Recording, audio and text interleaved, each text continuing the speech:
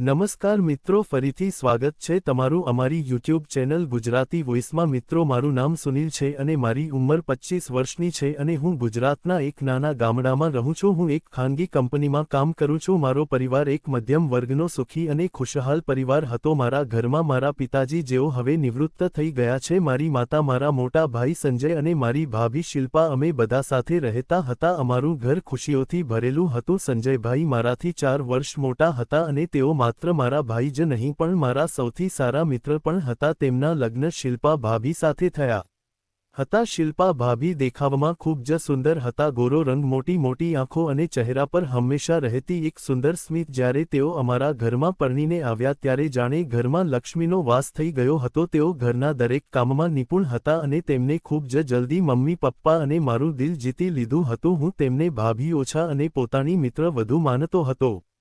અમે ઘણીવાર હસતા મજાક કરતા હતા, પરંતુ કહેવાય છે ને કે સમયને કંઈક બીજું જ મંજૂર હોય છે। લગ્નના લગભગ 3 વર્ષ પછી એક ગોજારો દિવસ આવ્યો જેને અમારી ખુશીઓ પર ગ્રહણ લગાવી દીધું।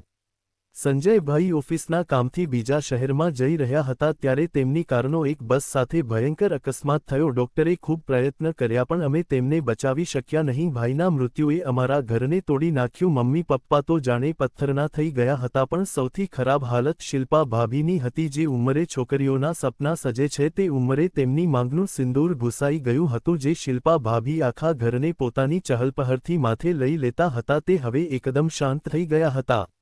તેઓ દિવસ રાત પોતાના રૂમમાં બંધ રહેતા, ન તો સરખી રીતે ખાતા કે ન પીતા। તેમનો હસતો ખિલખિલાતો ચહેરો હવે આંસુઓથી ભીનો રહેતો હતો। તેમને સફેદ સાડીમાં જોઈને મારો કાળજું કંપ્યું ઉઠતું હતું। સમય વીતતો ગયો, લગભગ 6 મહિના વીતી ગયા। મમ્મી પપ્પાએ પોતાને થોડા સંભાળી લીધા હતા, પણ ભાભીના જીવનમાં હજી પણ અંધારું હતું। હું પ્રયત્ન કરતો કે તેમનું ધ્યાન બીજે વાળું। ક્યારેક તેમના માટે તેમની ગમતી કિતાબ લઈ આવતો, ક્યારેક ઓફિસથી આવતા સમયે તેમના માટે ચોકલેટ લઈ આવતો, પણ તેઓ માત્ર એક ફીકી સ્મિત જ આપતા હતા। મારાથી તેમની આ ઉદાસી જોઈ શકાતી નહોતી। મને લાગતું હતું કે ભાઈના ગયા પછી હવે ભાભીની જવાબદારી મારી છે। અંધારામાં એકબીજાનો સહારો। એક દિવસની વાત છે, ગરમીની શરૂઆત થઈ ચૂકી હતી। મમ્મી અને પપ્પા અમારા એક સંબંધીના લગ્નમાં સામેલ થવા માટે બીજા શહેરમાં ગયા હતા। ઘરમાં હું અને ભાભી એકલા હતા। તેમને પણ જવાનું હતું, પણ તેમને તબિયત સારી ન હોવાનું બહાનું બનાવીને ના પાડી દીધી। ખરેખર તો તેઓ હવે ભીડભાડ અને ખુશીના પ્રસંગોથી દૂર ભાગતા હતા। તે દિવસે સાંજથી જ હવામાન ખૂબ ખરાબ હતું। જોરદાર વાવાઝોડું ચાલી રહ્યું હતું અને આકાશમાં કાળા વાદળો છવાઈ ગયા હતા। રાત થતાં જ મુશળધાર વરસાદ શરૂ થઈ ગયો। હું મારા રૂમમાં લેપટોપ પર કંઈક કામ કરી રહ્યો હતો, ત્યાં અચાનક જોરદાર વીજળી કડકી અને આખા ઘરની લાઇટ જતી રહી। કદાચ ટ્રાન્સફોર્મરમાં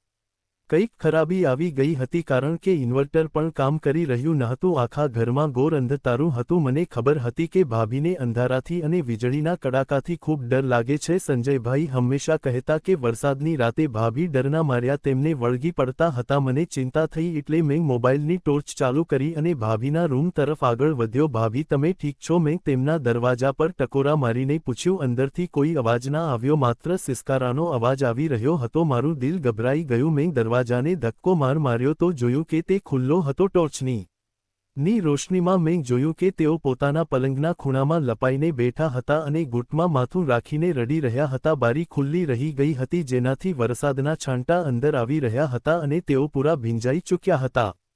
તેમની સફેદ સાડી વરસાદના પાણીથી તેમના શરીર પર ચોંટી ગઈ હતી અને મોબાઈલની ટોર્ચ લાઇટમાં પણ એમના અંગો સાફ સાફ દેખાઈ રહ્યા હતા।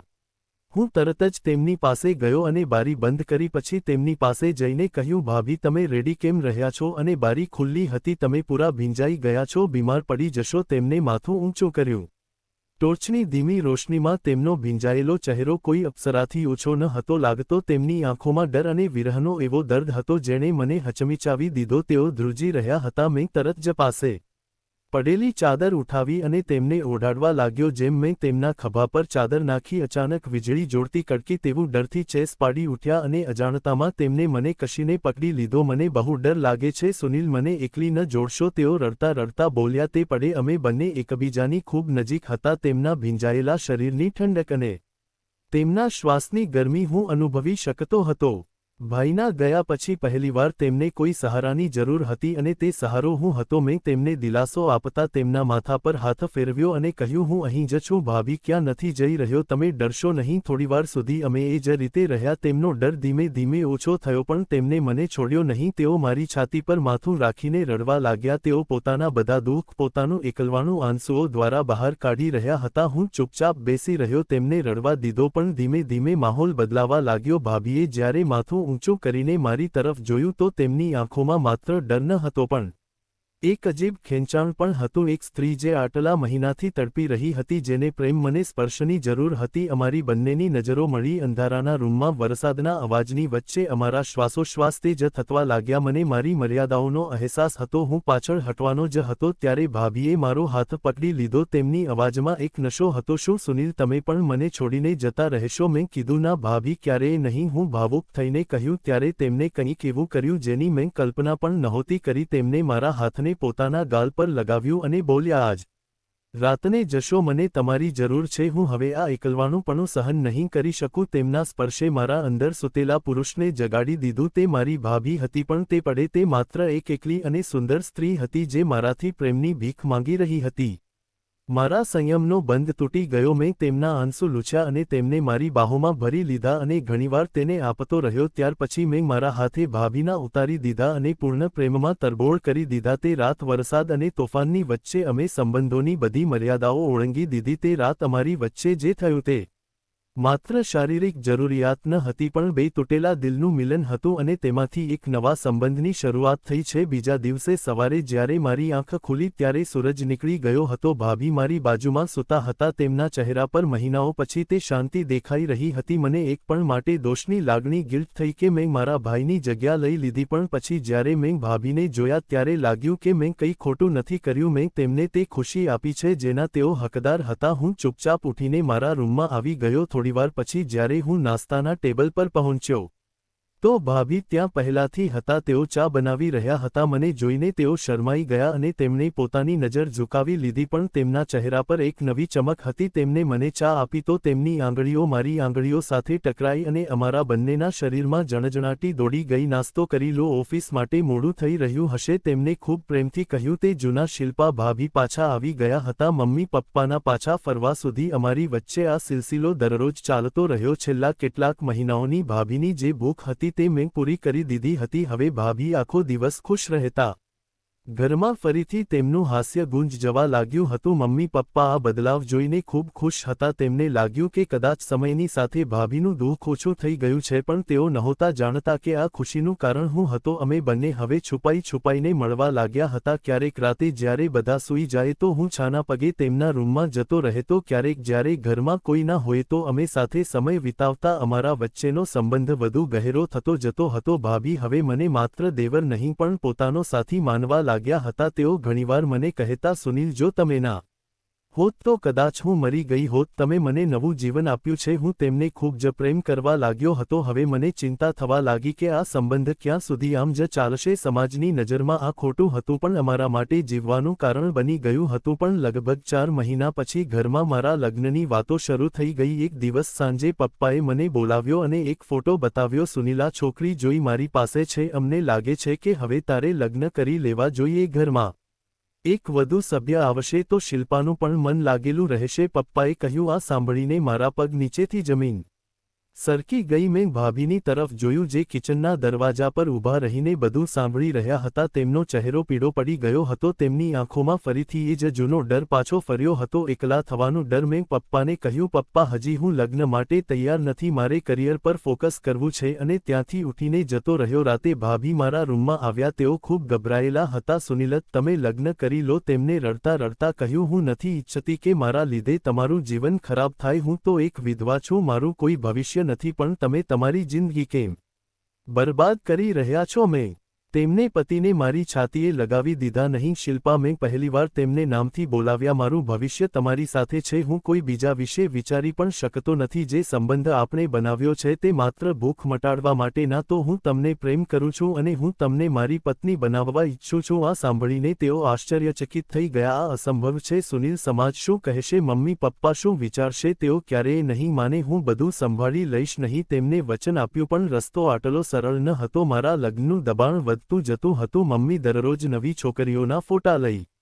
આવતા. ઘરનું વાતાવરણ તણાવપૂર્ણ થવા લાગ્યું હતું. શિલ્પા ભાભી ફરીથી ગમગીન રહેવા લાગ્યા હતા. તેમને લાગતું હતું કે તેઓ મારા અને મારા પરિવારની ખુશીઓની વચ્ચે આવી રહ્યા છે. પછી એક તહેવાર આવ્યો. ઘરમાં પૂજા હતી. અમારા ઘણા સંબંધીઓ આવ્યા હતા. મારી એક ફોઈ જે ખૂબ જ જૂના વિચારોના હતા. તેમને વાતોમાં ભાભીને મહેનું માર્યું. ભાભીએ રંગીન સાડી પહેરી હતી જે મેં તેમને ગિફ્ટ કરી હતી. ફોઈએ બધાની સામે કહ્યું, અરે શિલ્પા, તું તો વિધવા છે. તને આ ભડકતા રંગો શોભતા નથી અને તું સુનિલ સાથે આટલી હસીને વાતો કરે. લોકો શું વિચારશે? થોડી તું શરમ કર. ભાભીની આંખોમાં આંસુ આવી ગયા. તેઓ અપમાનિત મહેસૂસ કરી રહ્યા હતા અને ત્યાંથી જવા લાગ્યા. મમ્મી પપ્પા પણ ચૂપ હતા કારણ કે તેઓ વડીલોની સામે બોલવા નહોતા ઈચ્છતા. પણ મારાથી સહન ન થયું. મેં ભાભીનો હાથ પકડી લીધો અને તેમને જતાં રોક્યા. હોલમાં સન્નાટો છવાઈ ગયો. બધા આશ્ચર્યચકિત થઈને મને જોઈ રહ્યા હતા. ફોઈજી, મેં ઊંચા અવાજે કહ્યું, શિલ્પા, ભાભીએ કોઈ પાપ નથી કર્યું. પતિના મૃત્યુના અર્થ એ નથી કે તેમની જિંદગી પૂરી થઈ ગઈ છે. તેમને પણ ખુશ રહેવાનો, સારા કપડાં પહેરવાનો અને જીવવાનો